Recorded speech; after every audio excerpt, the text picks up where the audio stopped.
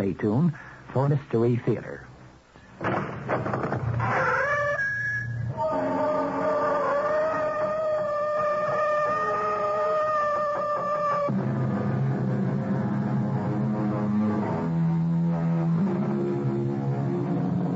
Come in.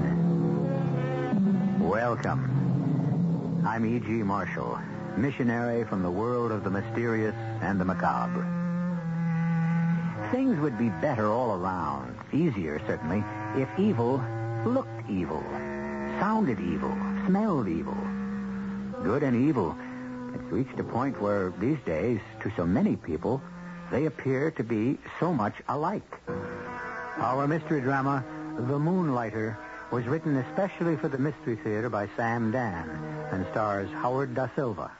It is sponsored in part by Buick Motor Division and Anheuser-Busch Incorporated, Brewers of Budweiser. I'll be back shortly with Act One. Way back in 1876, it was brewed and aged to deliver a taste, a smoothness, and a drinkability found in no other beer at any price. I'm talking about Budweiser. And it's still brewed that way today, with pride, without compromise, to be the king of beers. The largest selling beer in the history of the world, for one simple reason: that Beechwood-aged Budweiser taste. And that speaks for itself. Hear it talking? When you say Bud, you say you care enough to only want the king of beer. There is no other one. There's only something left. Because the king of beer is leading all the rest. When you say Budweiser, you've said it all. Anheuser-Busch, St. Louis. Hey, Mom, what's for dinner? Hey, Mom, what you got? What's for Thanksgiving dinner? Your ShopRite supermarket has the answer. Start with turkey. ShopRite Young Grade A Tom, 16 to 24 pounds, 57 cents a pound. Or hens, 10 to 14 pounds, 63 cents a pound. Serve with ShopRite cauliflower or broccoli spears, just 99 cents for 4 10-ounce packages. And ShopRite jellied cranberry sauce, of course, 3 1-pound cans for 89 cents. For dessert, ShopRite premium quality Elizabeth York ice cream, 1/2 gallon for $1.39. Start a family tradition. Shop ShopRite for value. She wants the best. She does all that she can do. She lets ShopRite do the rest. Hey, Ma, what's for dinner? ShopRite has the answer. Hey, skiers, get ready for the ski show, Expo Winter 75. This year, the focus is on the great ski bargain hunt, the best thing that ever happened to your ski budget. Plus a dozen different shows with champion freestylers, films and fashions, trips and tickets, and equipment displays for first-timers to hot doggers. Après Ski meets you at the brewery for music and mixing at the ski show, Expo Winter 75. Take someone you like to the ski show opening Thursday at 6 at the New York Coliseum.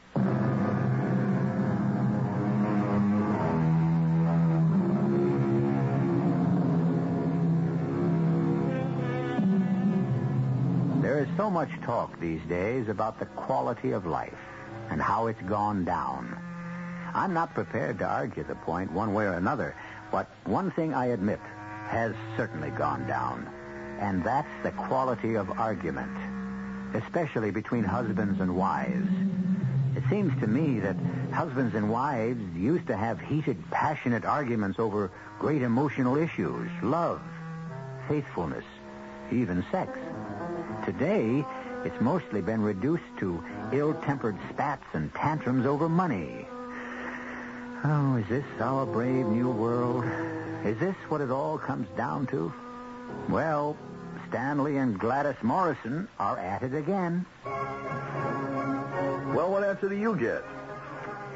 I don't know. I've added it 3 times, and it keeps coming out differently. Well, how can you concentrate on the figures with that damn recording blaring in your ears? It is not a damn recording. It is Mozart. I have to know how many checks you wrote this week. Performed by the Boston Symphony. I'd add it up myself, but I can't read your handwriting. And what's his name is conducting. You went to the most expensive girls' private school. You went to the most exclusive girls' college. Darling, you've got it twisted. The private school was exclusive. The college was expensive. Didn't they teach you to write? Stanley, why do you become so excited about money? Gladys, I don't want the account to be Your overdrawn. cheeks are all flushed. Your eyes are filled with fire. It's almost a sexual thing. Gladys, listen to me. But I've been listening, darling. And I have solved the problem. You don't want the checking account to be overdrawn? Well, let's just put in an extra $100 now and then to act as a sort of cushion. In the first place, it's wrong. In the second place, I don't have an extra $100. Oh, darling, you say that as if $100 is a fortune. I never heard you fuss like this over $100 before. Gladys, we have to cut down. Well, I do my best, darling. Okay.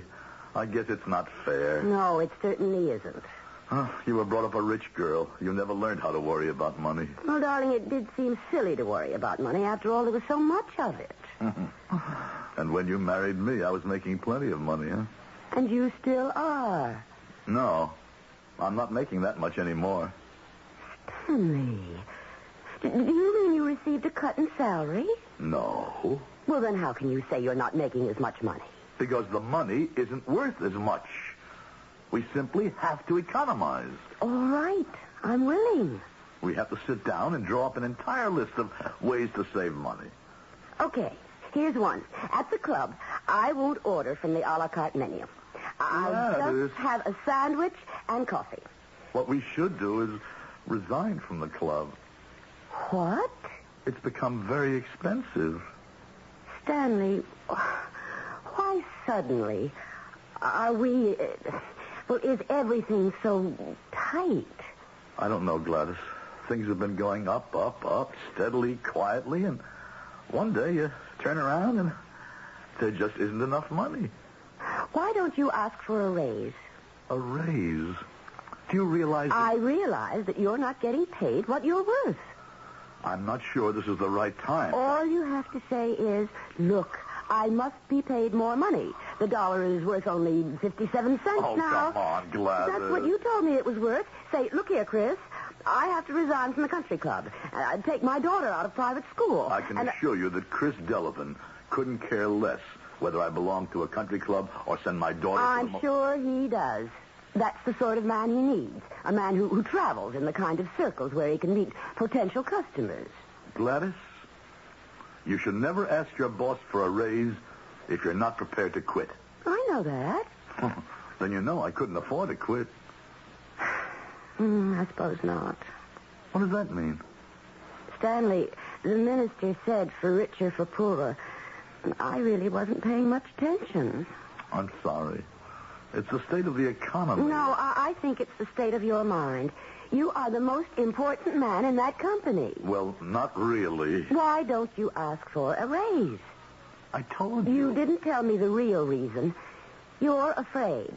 Oh, that's ridiculous. Darling, this argument has lasted 6 minutes. If it goes on much longer, it will become a quarrel, then a conflict, which will lead to a rupture. And before we know it... All right.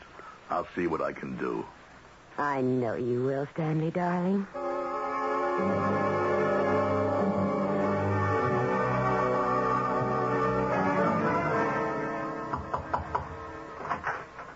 Chris, got a minute? Sure thing, boy. What's on your mind, Stanley? Well, Just a second. Wow. What's the matter, Chris? Oh, I'm beat. I need some coffee. You want a cup? Okay. Sally, bring in 2 coffees. Well, my boy, what can I do for you? Chris, it seems to me that... Just a second. Sally, make mine black. Yeah, sure, Miss Louise. This one has to be told everything at least 400 times. Well, that's my problem. What's your problem? Well... Hold it. How you want your coffee? Oh, it doesn't matter. Oh, Stanley, you're so easygoing. Well, not anymore. I wish I had your temperament, especially last night. Oh, that was a session. Well, Chris, I simply... I really blew my stack last night, Stanley, and I guess I did it for you. For me? And for what I thought was best for this company. Chairman of the board took me to dinner, and we had all this talk about the economy, how scarce money is. And that's exactly why I... Well, you know where that kind of talk leads. Where can we cut? And so old man Sullivan said, Cut out the research department. My department? And do what, I asked. And he said, well, we can subscribe to outside services and get the same No, but they information. can't get the same information, the same analysis. Well, yeah, that's what it took me the better part of 5 hours to hammer into his skull. Well, anyhow, you're safe for at least a year. But, Stanley, you watch every dollar.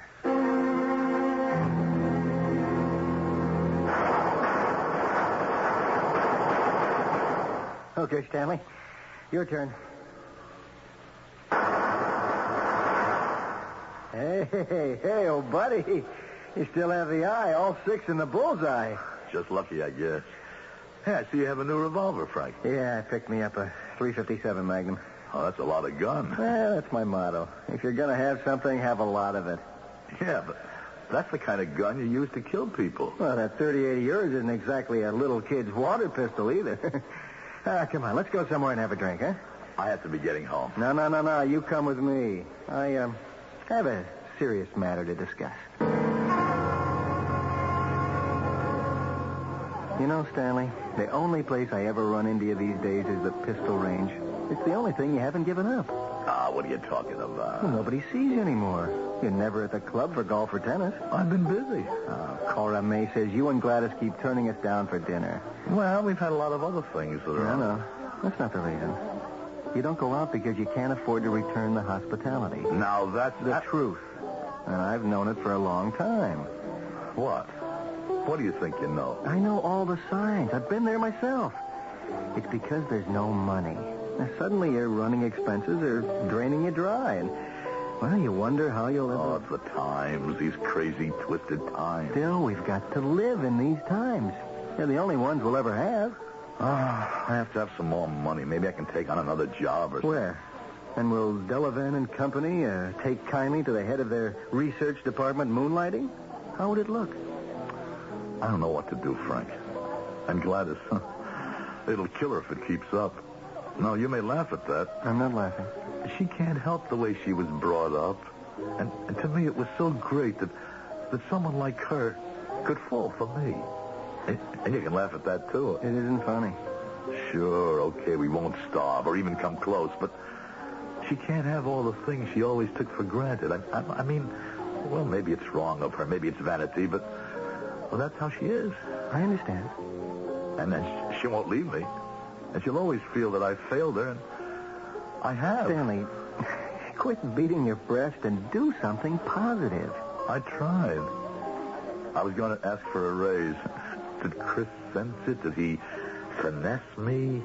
If it was a bluff, I just couldn't call it. Look at me, Stanley.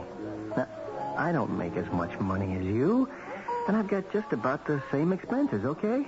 Well, I just bought myself this suit for 280 smackers. The car outside is brand new, and you know it's not cheap. Now, this summer, we spent a whole month in Europe. How do I do it? You're in debt up to your ears. No, not even for a nickel. Guess again. You sold your soul to the devil. Well, what? It's it's not a completely ridiculous answer. What do you mean it's not a completely ridiculous answer? There could be some truth to it. Well, now I don't know what to say. Well, you're on the right track. Well, if that's the right track, that's as far as I want to go. Suppose you could make yourself an extra $10,000 a year. Doing what? Tax-free. Who would I have to kill? I don't know. Yet. What kind of an answer is that? A truthful one. Frank, do you know what you're saying? Yes. You're saying I would have to kill somebody. That's right. Somebody who is, as yet, unknown. Well, why would I want to kill anybody? For money. Oh, no. You mean you'd do it for nothing? I wouldn't do it at all. That's what I had to find out. Frank, hey, do you mean you're tied up with... You're involved... That you killed people? Yes. Yes. You sit there and you say yes so calmly. How can you say this to me? Aren't you afraid I'd go to the police? No. In the first place, you're my oldest, closest friend. And I've taken you into my confidence. Yeah, but this has to do with murder. In the second place, what could you go to the police with? What could you prove? And in the third place, after you think this over, you'll want to know more about it. Oh, no, Frank. I know too much right now. And I don't want to hear one more word. Okay, Stanley. I won't say one more word. Until you ask me.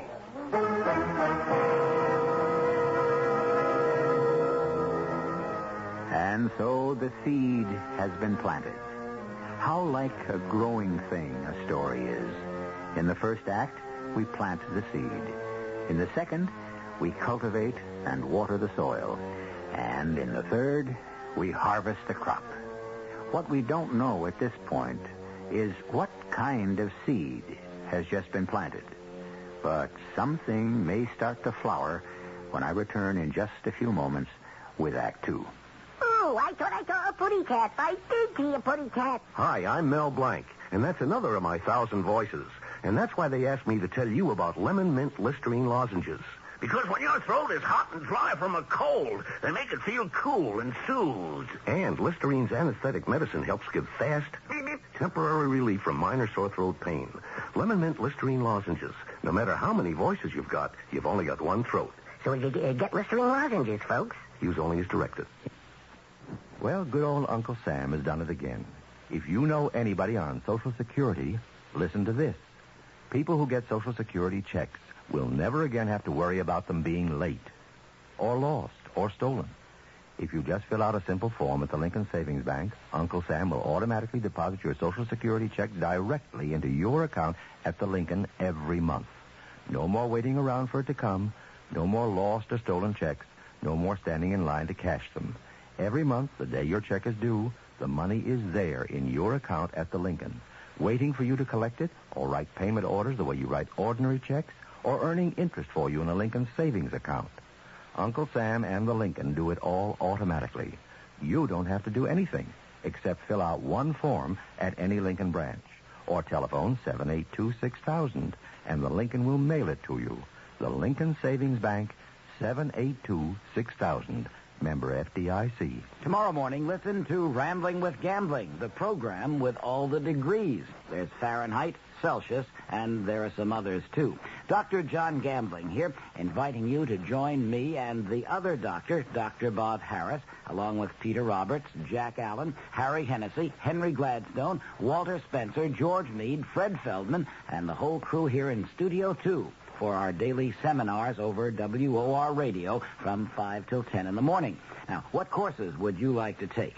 We have music, news, sports, weather, traffic information, a little bit of alleged humor now and again, and just about everything else to start your morning right. That's Rambling with Gambling, daily, 5 till 10 in the morning here at WOR Radio, the talk of New York. What's a country fresh flavor like Newco doing in a city like New York? Newco's bringing country to the city. Newco's got that country fresh taste. Newco's bringing country to the city. Yeah. Newco puts a smile on your face. Heck, I'm a big city now, but it wasn't always that way. I sure used to miss that back-home country fresh taste of just big peas and carrots, corn and beans. Oh, my. But then Elsie Sue, she's really big city. She put me on to Newco margarine. It comes in both thick and soft forms, you know, and Newco's got a real country fresh taste that makes anything you put it on taste country good. So now it's Elsie and me and Newco margarine. We're in the big city to stay. Newco's bringing country to the city. Yeah. Newco puts a smile on your face.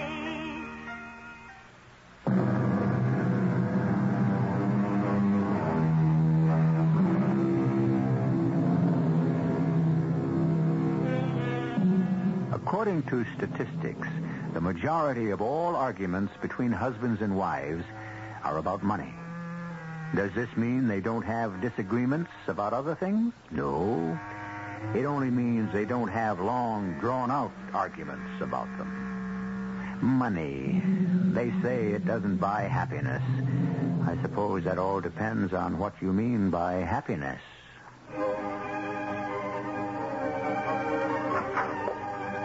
that you, Stanley? Yes, I'm home. Hi. What smells? Oh, it's dinner. I'm afraid I burned it. You burned it? Did you make dinner? Of course. What happened to Mrs. Soames? Oh, well, I had to let her go. You let her go? We have to save money, don't we?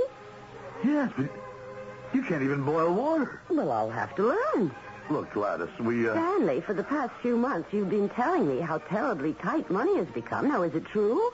Well, yes. The club, Judy's private school, the extra car, the boat, Mrs. Soames. We simply cannot afford all of those things anymore. Can we? Well, it has to do with this inflationary period. Perhaps soon things will become normal. And perhaps they won't. Perhaps this will become the new normal. Since you are unwilling or unable to make more money, all of this is merely idle chatter. Sit still. I'll get it. Hello? Yes, Coronet. Oh, fine.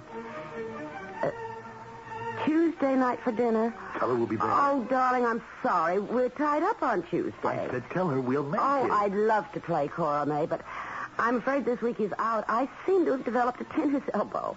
But we'll get together. Let me call you. Right. Bye. I said to tell her we'd accept that invitation. I am not accepting any hospitality I cannot afford to return. And you go out and play tennis and golf. Stanley, what are you saying? I'm saying I half killed myself these past 20 years so that I could enjoy some decent living. Well, nobody's going to take it away from me.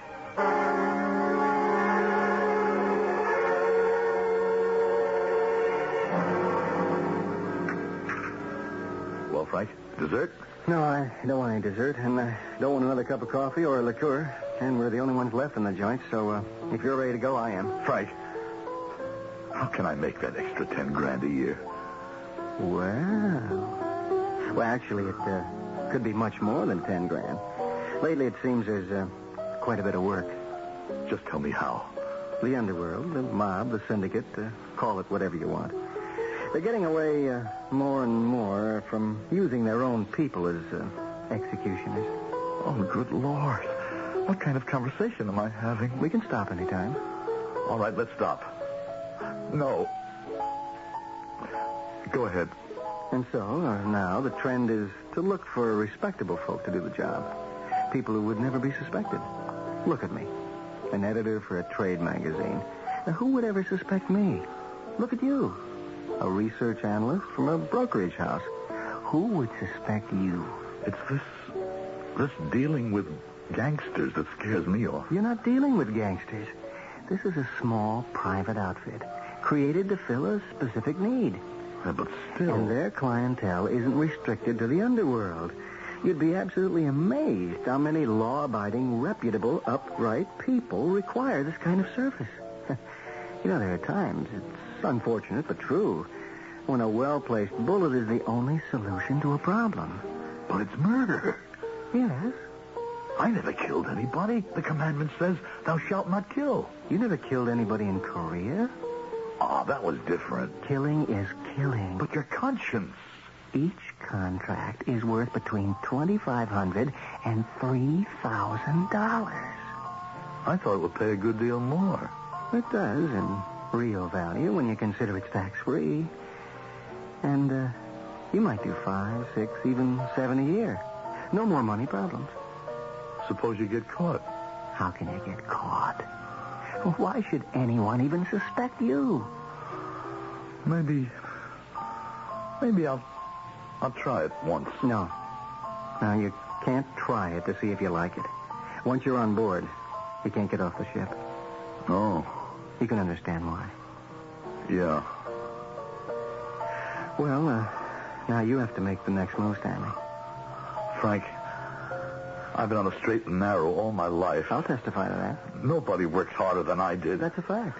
But I'm just not making out anymore. All of a sudden, I look around, I've gone through all my savings, and for what? Just to keep my head above water. I've been through the same thing, Stanley. Maybe my wife is vain, but that's her right. Maybe some people would look at me and say, he wants the frivolous things of this world. How much longer do you need to talk yourself into it? Where do I go? You don't go anywhere. he comes to you.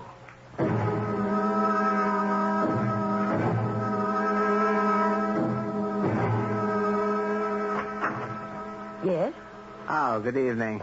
You must be Mrs. Morrison. Mm-hmm. My name is Mr. Ackroyd.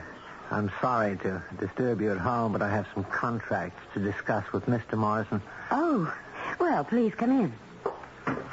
Stanley, a gentleman to see you.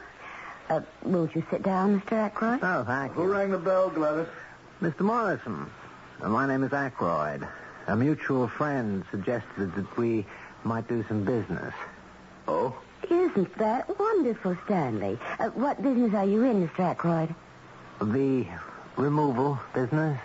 Oh, yes. Yes, I remember you, Mr. Ackroyd, and I have the pertinent information in my desk.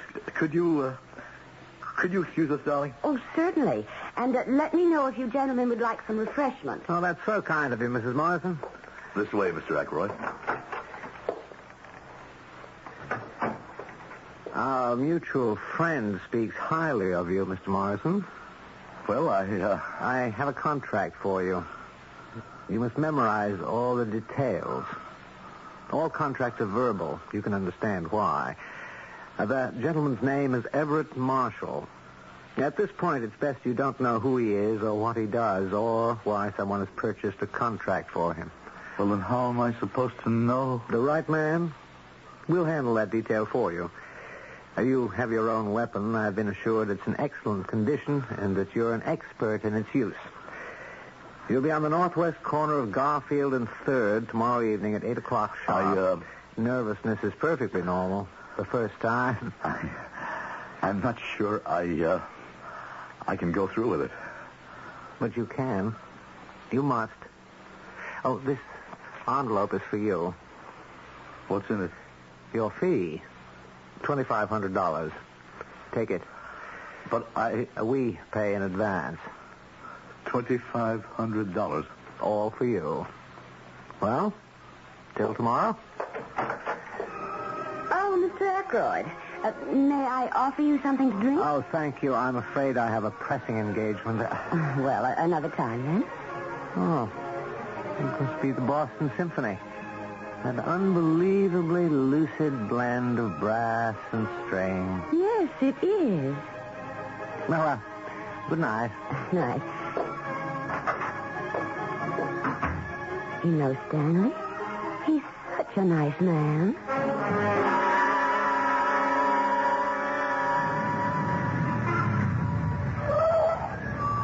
Ah, Mr. Morrison, on time. Good side. Join me? Now then, in just a few moments, your client, Mr. Everett Marshall, will emerge from that building across the street. He's a tall, stout gentleman. Oh, there he is. He has that blonde girl on his arm. See them? Yes. They're headed for the cafe just up the block. And take this key.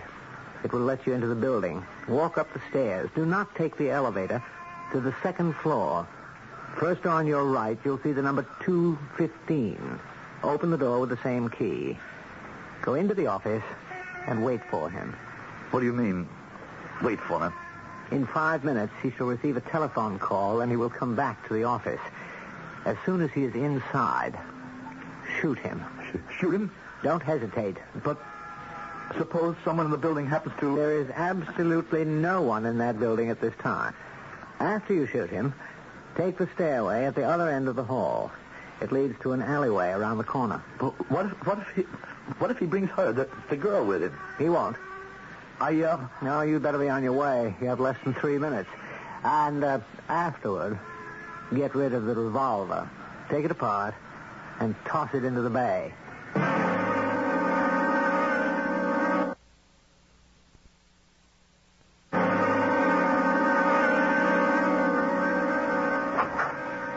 Arthur, what's the big idea asking me to get something out of this... Hey, who are you? No, don't! No! No!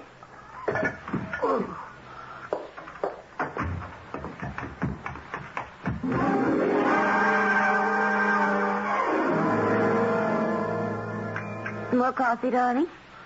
I have to run. Well, I know my coffee isn't much good, but is it that bad? It's awful. Has Mr. Soames found another job yet? I don't think so. Ask her to come back. But can we afford her? I mean, what about the money? Darling, don't worry about the money. It narrows your mouth and puts lines in your face. But I thought we were having trouble making ends meet. Well, they met finally. Anything in the morning paper? Oh, the usual murder stories on the front page. A gentleman named Everett Marshall was found shot to death in his office last night. Is that so? By whom? Police think it was a burglar. Morning, everybody. The door was open. I walked Well, in. good morning, Frank. Coffee? No, thanks. Stanley, you want to lift downtown? Thanks. Hey, what mischief are you boys up to this morning? Mischief? Well, a beautiful day like this, you might decide to play hooky and go to the club. Oh, no. We don't do frivolous things together anymore. Stanley and I, we've become very serious people. I'll bet.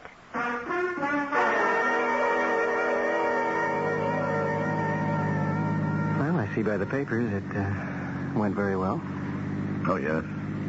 I thought I'd come by this morning because, I was very nervous after my first one. Maybe you'd need a lift. I'm all right. Well, that's good. I don't know why.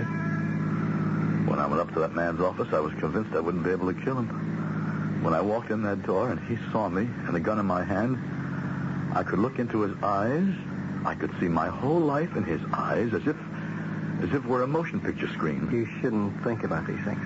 And he said, "No, don't." And I just aimed at the top button of his jacket as if I were shooting on the range. And I squeezed the trigger twice, and he fell. He was dead. And I simply walked out of that room, down that hall, down those stairs, into the street, over to the bay, got rid of the .38, and here I am. And I don't feel one tiny twinge of remorse. Frank, what happened? To what? To 40 years of education, of indoctrination, of belief in the value of human life, of right and wrong, all the things we profess to believe in. I don't know. Do they get swept aside in the first storm? Frank, what happened to my conscience? Where is it, my conscience? There's no explanation, Stanley.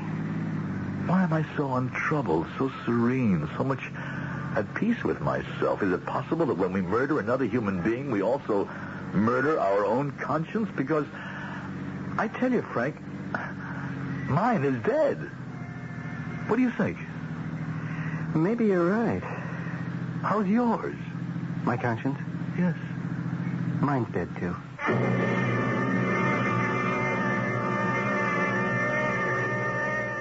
As the poet said, conscience doth make cowards of us all. He's usually right, but perhaps Stanley and Frank are the exceptions that prove the rule. Well, it's an interesting problem. Can you kill a conscience? Or put it this way, in killing your conscience, what else do you kill? These questions require a third act for their solution, and I shall return in just a...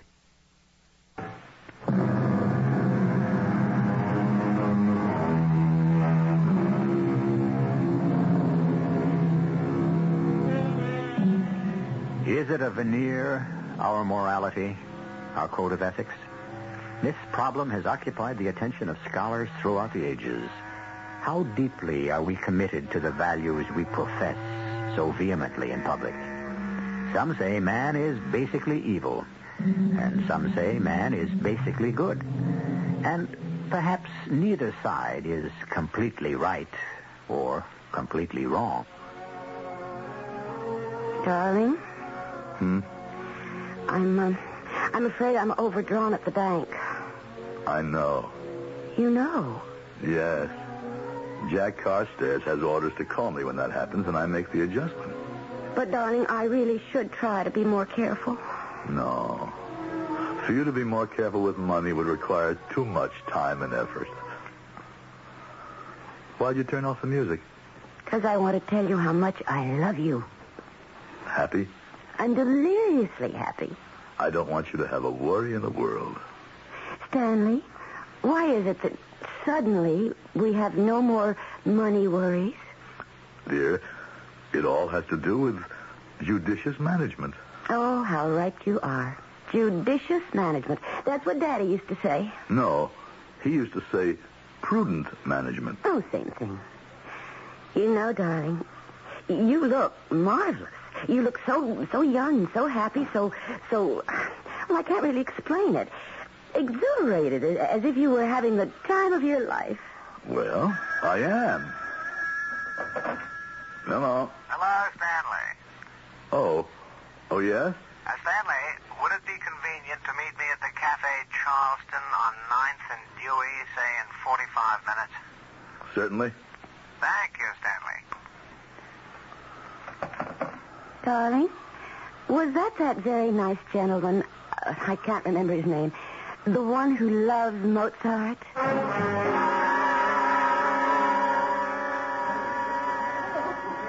Your envelope, Stanley. Thank you. You'll find it contains $3,500. Your rating has gone up. From now on, this is your fee.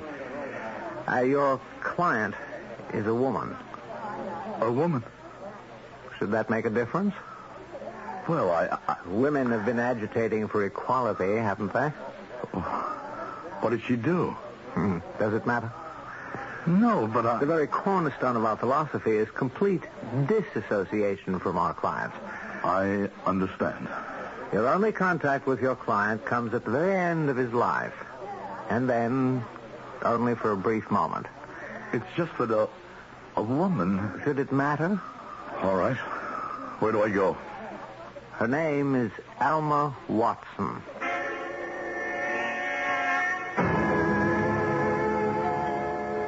Coming, honey, coming. Harry, oh, I thought you were Miss Alma Watson? Yeah. Are you sure you're Alma Watson? Sure, I'm sure. It wouldn't do for me to make a mistake.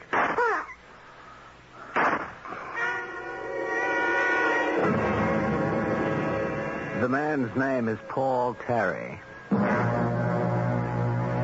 His name is Jerome Kelly. He's hiding out in a little motel. Your classification's gone up, Stanley. You're a $5,000 man now.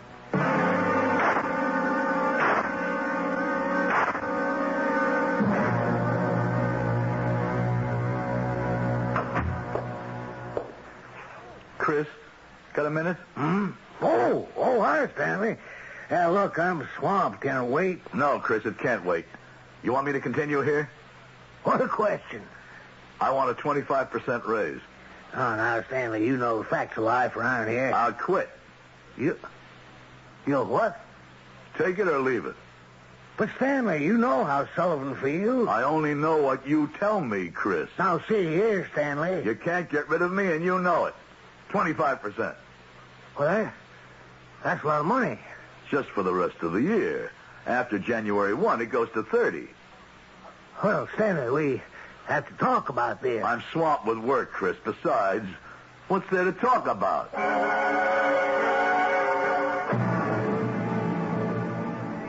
I said take it or leave it. That phony. He's been making himself look good at my expense. I never had the guts to stand up to him before. But you know something, Frank? Since I've taken on this sideline... How about another round? No, I had enough. As I was saying, since we've been engaged in our new activity, I'm another person. I'll have another one. I think you had enough, too. Charlie, make it a double. A double? You know, I'm not afraid of anybody or anything. Maybe that's what we're all about. You know what I mean? No. But maybe man is basically a hunting animal. Maybe we try to obscure that with a veneer of civilization. You think so? Well, look at how quickly we pierce that veneer.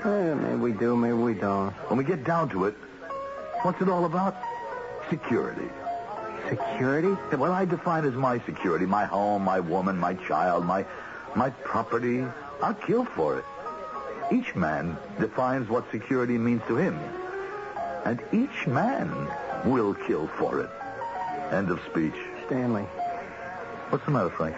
I don't know. You've been putting away a good deal of that booze, pal. I know, and it doesn't help. Well, what did booze ever help? And what help do you need? Stanley, I want to get out. Get out of what? You know what? Frank. I can't sleep. I see people's faces. You know which people I mean. Frank, if you'd stop drinking... Have you seen any faces yet, Stanley? Of course not. You will. You will. Remember that day, that first day? Oh, good Lord, how I wish I'd never gotten you into it. Are you crazy? You've solved all my problems. You wanted to know what happens to your conscience? Huh? We thought maybe you kill it. You don't. It just goes to sleep. And all of a sudden, it wakes up. Well, regardless, Frank, we have a practical problem. You simply don't quit. Does Aykroyd suspect? I'm sure he does. I begged off the last couple of assignments. Claimed I was sick. I can't keep it up forever. Can you arrange to go away for a while? Get some rest. You'll see things differently. Do you know what I keep seeing in front of my eyes? Don't laugh. No, big letters of fire. And they say, "Thou shalt not kill." Oh, Frank, get hold of yourself. I'll try. I'll try. You'll be all right.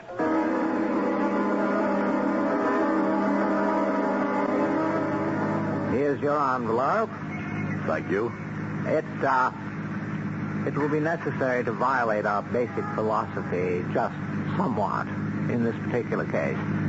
But then, rules were made to be broken. Oh, here we are. Oh, wait, this is the building. This is the building of the publishing company where... And here he comes now. Frank. He's going around the corner to the parking lot where it's dark and deserted. Follow him there. Kill him. But he's your client. I can't kill Frank.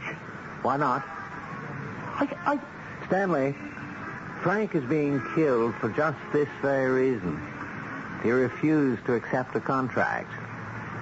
Now go to the parking lot and shoot him. No.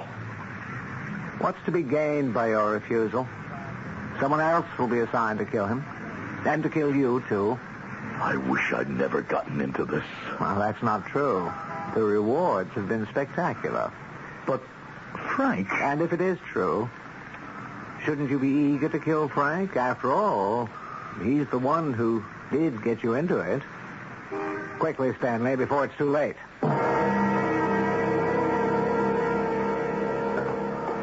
Stanley? Is that you? Yes. What are you doing here? Oh, I see. Well, go ahead. I don't care. It has to happen. It may as well be you as anyone else. Well, don't stand there. Do it. You know you're supposed to do it right away. Don't wait. Don't delay. Just pull the trigger and walk away. I can't. You've got to. You can't save me. No one can save me. I don't want to be saved anyhow. When you see the faces, do you hear the voices, too? Yeah. All of a sudden, I'm hearing them. When do you stop hearing them? I don't know. When do you stop seeing them? I guess when you're dead.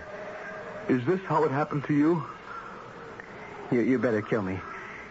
Before it's too late for you. It's too late for me now. I don't have a chance. Try to save yourself. No, I'll never lose those voices, the faces.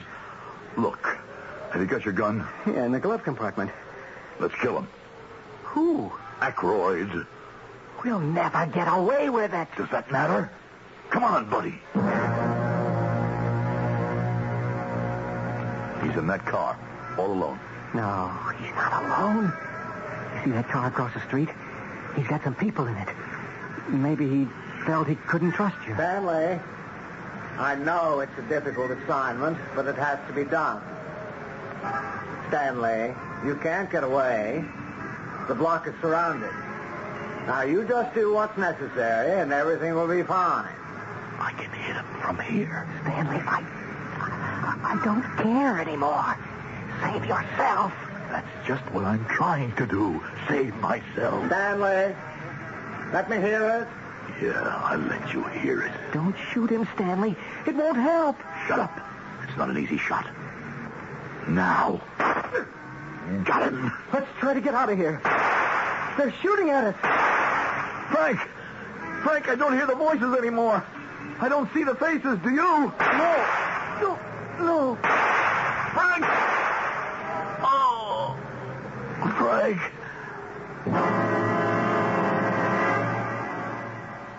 The newspapers, the authorities, none of them knew what you and I know. There was a gunfight on the street between two respectable citizens and a group of people, some of whom are known criminals. The story the police seem inclined to believe is that a bank was about to be burglarized when Mr. Stanley Morrison and Mr. Frank Smith happened along and decided to perform their citizenly duties. Both men died heroes' deaths, and they will be honored at special funeral services. I shall return shortly. The human conscience, certainly the most elusive component in man's makeup.